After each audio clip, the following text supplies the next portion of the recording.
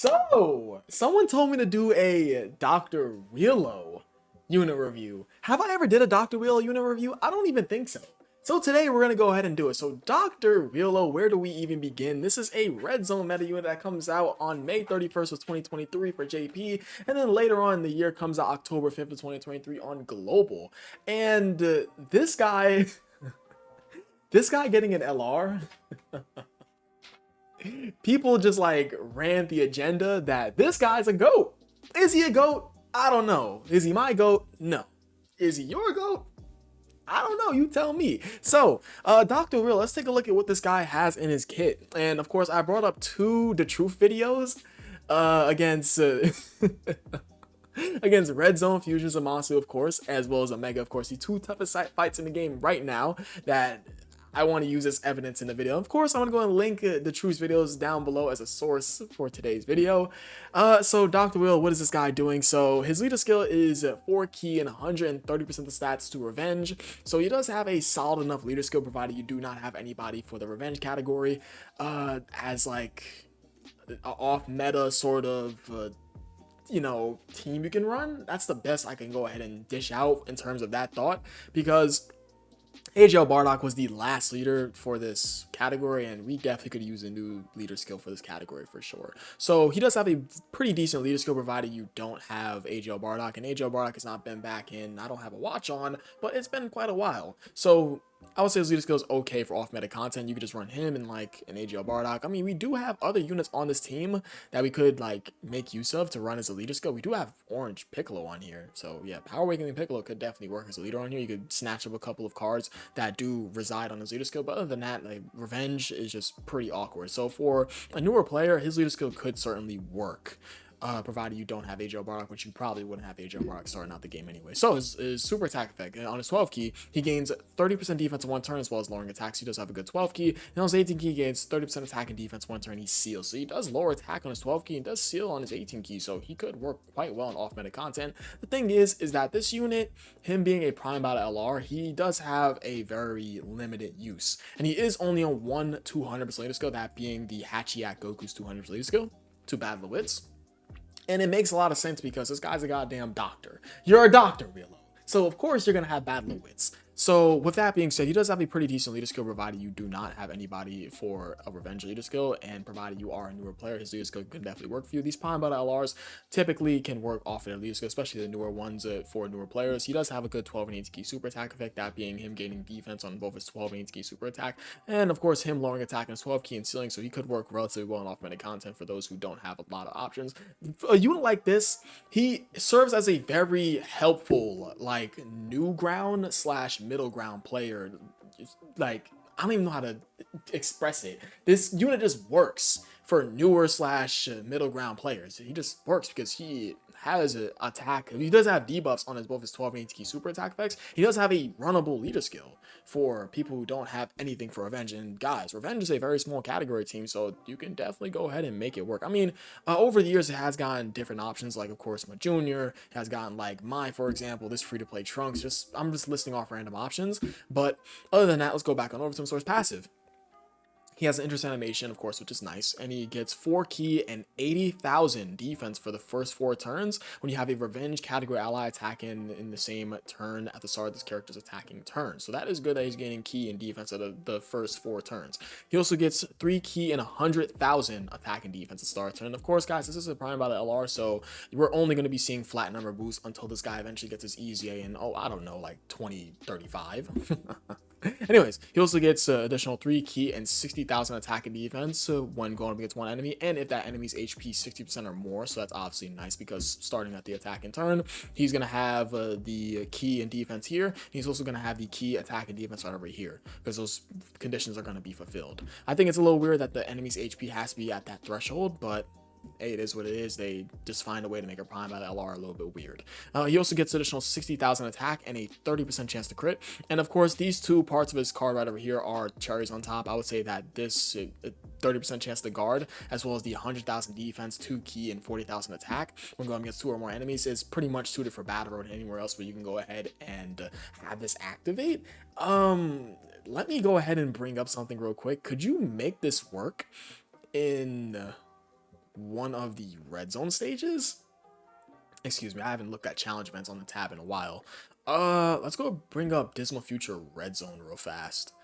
Oh, okay, no. So I don't know why, but for some reason I thought that one of these fights had a Goku Black and a Zamasu, but of course their fights are separate. I haven't done the Zamasu fight in a while. Yeah, I've done the Zamasu fight. I do run against the Goku Black from time to time. I don't know which one it is, but I'm pretty sure it's from the Mortal Will event. But you can do a little bit of a funny like strategy where you can run into that event and then have this guy proc his guard. I don't know. There's little cases where you can go ahead and get that off, but I would say that this is certainly fine for sure because he is gaining more. He's technically gaining, he got 2 key, 40,000 attack, and 100,000 defense with guard chance, which I'm not a fan of guard chance, but it is something when you're going against 2 or more enemies.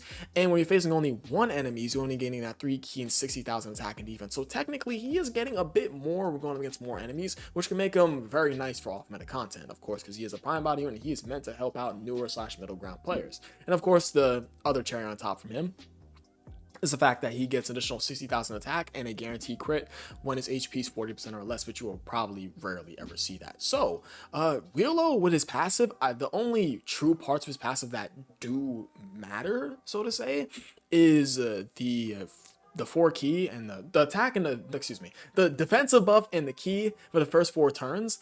The fact that he also gets the key and attack and defensive buff when he goes up against one enemy with their HP threshold above being 60%, as well as the attack and crit chance. This is the only part of his card that adequately matters, is this. Just this. These 2 parts of this card don't particularly matter because you're rarely ever going to get this activated. The facing 2 or more enemies and falling below that 40% less HP threshold. Now, I have a couple examples that I did pull up where you could make the case that you could get this out, this additional attack and this crit chance, but Willow just takes so much damage from normals against Zamasu and Omega, that being the 2 toughest fights in the game. Of course, he's a prime battle LR with 1/200 player skill going up against some of the toughest fights in the game. He's going to take a lot of damage. No shit. But he also, go back on over to his card, he has active skill where he master raise attack temporarily and causes ultimate damage to enemy.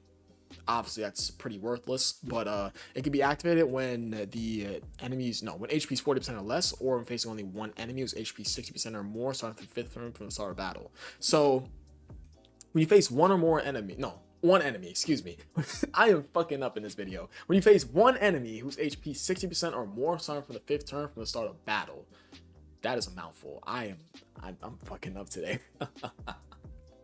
Anyways, this is, you can get this off because provided you get to the 5th turn, and of course this key and defensive buff deactivates. I don't know why, but when I read Prime by LRs sometimes, and I just see these flat number boosts, I tend to fumble a little more when I'm talking about the unit because I have to say 80,000 attack instead of saying 80%. It's a little weird. It's a little weird, especially with this, since I completely fumbled this word. I'm not editing it out. I'm gonna leave it in. But yeah, I would say his active skill is pretty worthless.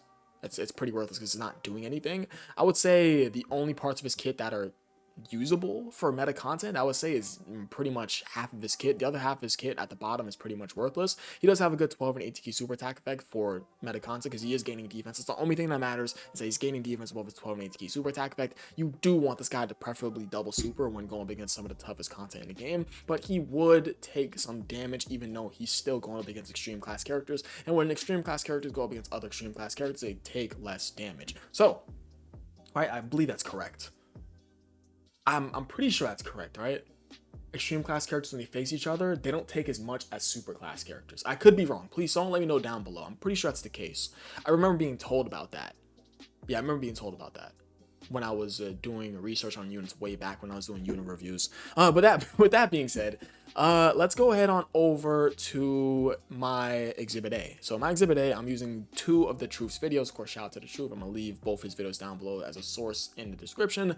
So, Future Zamasu. I did have a timestamp, so 14:30, because Truth talks too goddamn much in his videos. I'm just gonna keep it 1,000. I love you, Truth, but you just talk too damn much. Let's go over to where the timestamp was. So it was right over here, right? So here we are in a situation, we're on turn 3, so we do have his key and defensive buff still up. The boss is below the HP threshold, so he does technically lose his attack and defensive buff, he's technically does lose it because he wants one enemy who's HP 60% or more, but Zamasu on this turn is not over that 60% or more HP threshold. So he only technically has this, and he only has his start of turn attack, defensive buff, and key, as well as this with his attack and his 30% chance to crit. So realistically, he only has his interest animation buff, his start of turn attack, defensive buff, and his additional attack as well as his crit. Does he show his defense? Let's see. I don't remember. I leave a like on the video too since I'm using it. So Willow dodges. Nice Willow. And he gets a 6.3 mil. I'm pretty sure he only has like, what link does he have on his turn? I'm about to say Fierce Battle. He only has Legendary Power active on his turn. And another thing I do want to mention is that his link set sucks. He's taking 60k on normal post super against Zamasu. I wonder what he look like on an AoE normal. Pre-super attack. Oh, that boy is getting cooked. Oh my god. All right, now let's go ahead and fast forward over to, I think it's 2130. No, it's 2130 where I was at. It was right over here. So, Willow, how do you take these normals? Let's see. You do have a revenge category ally, but your buff wore off. Tommaso's below the HP threshold again, so he's not getting his buff from going against the one enemy with HPs over that certain amount of threshold. He did use the active skill. I do gotta point that out. He used the active skill. So, well, he did, right? Willow opened his turn with his active skill, and his defense was what? 338k. Yeah, he gets absolutely destroyed on normals. He used the active skills, right? Let me just go ahead and just real quick get that for the video. It's only Piccolo Jr. who has it, huh? No, it's only Piccolo Jr. Okay, no, he didn't use the active skill for this video, but I know for the next video he definitely does. But yeah, look at Willow, man. Taking 3 attacks from Zamasu, not even 300k. He's taking 300k normal. Listen, it's okay because it's possibly basically the toughest fight in the game, and he's a prime out of LR who doesn't have some of his parts of his passive active. I don't see why they couldn't have gave him, and this is coming from a person who doesn't like guard chance, they could have gave him unrestricted guard chance. I don't see why not. Who cares? I mean, they could have swapped this out, like this restriction, like just, you know, just take the restriction off as a whole, give him guard chance, and he's looking slightly better. It wouldn't make him a better option to run on this team, but still, that's the case with this unit. So, with that being said, let's go on over to Omega. And Willow, he definitely used the active skill for Willow. I'm pretty sure this entire turn had active skill like galore. So see what Willow's looking like post-super. He does 1 super, by the way. Yeah, it doesn't matter because he's not getting anything additional. I'm pretty sure the boss is not above 6% or more HP. 100k in normal. He's taking less against Omega, but I'm pretty sure doesn't Omega have to super to get more attack? I'm pretty sure. Get the Birth of the Shadow Dragons event. I'm pretty sure he has to super to get more attack, right? Let me see real quick. Let's see. I'm pretty sure doesn't. Is it STR Omega who supers and gets an attack buff? Am I crazy? I'm pretty sure it's one of them.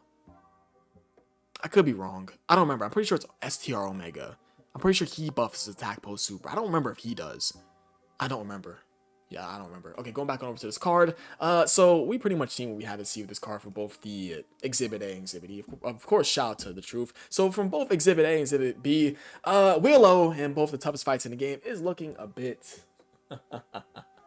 it's a bit, not looking a bit great. And of course, this link set is absolutely horrendous. Who's his best linking partner? Bojack. Interesting. Yeah, as well as, I'm pretty sure everyone here is on Revenge. Are you on Revenge? They are not on Revenge. Obviously, you guys are on Revenge. You're on Revenge. And of course, you're not on Revenge, obviously. You should be on Revenge. I think it's pretty stupid. Didn't he get sealed up? And then he wants to get his revenge on the person who sealed him or something like that. I haven't watched OG Dragon Ball in like a year and a half. Oh my god, my memory's a little bit fuzzy. But I think that is really about it. I appreciate you guys for watching. He should be on Revenge. DKP should be on Revenge. Because isn't he setting out for, like, yeah, Conquest of Terror? Remember that was, like, the old little translation name? Yeah, man, that's a throwback. I appreciate you guys for watching. You guys are the best. I'll catch you guys next video. I love you all. Peace.